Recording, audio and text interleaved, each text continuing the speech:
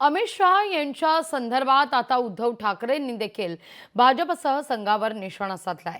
भाजपच्या उर्मट नेत्यांनी महाराष्ट्राच्या दैवतांचा अपमान केलाय। भाजप आणि संघ अमित शहांवर काही कारवाई करणार का, असा सवाल उद्धव ठाकरे करतायत।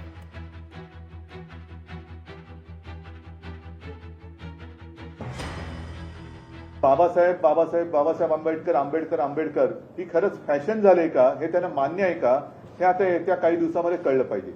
महाराष्ट्र तर आता मला असं वाटतं सहनशीलतेच्या पलीकडे गेलेला आहे। जो अदानीवरती आरोप करतो त्याच्यावरती भाजपा कोसळून पडतो। आता बाबासाहेबांचा उल्लेख असा केल्यानंतर भारतीय जनता पक्ष हा अमित शहांवरती काही कारवाई करणार आहे का, आणि नाही तर मी तर स्पष्ट म्हणतो की भाजपचं ढोंग आता उघड पडलेलं आहे। भाजपचंच जो आतलं जे काही काळं आहे, हृदयातलं काळं, हे बाहेर आलेलं आहे आणि आता तरी महाराष्ट्राने आणि देशाने शहाणं झालं पाहिजे। आता मला जे भारतीय जनता पक्षाला पाठिंबा देणारे जे इतर पक्ष आहेत, मग तो नितीश कुमार असतील, चंद्राबाबू आहेत, विशेष म्हणजे रामदास आठवले काय करतायत? रामदास आठवले राजीनामा देणार आहेत का?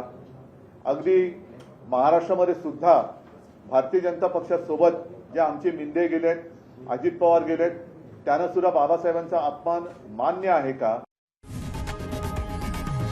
लोकशाही मराठी ऐका, पहा, जागरूक रहा।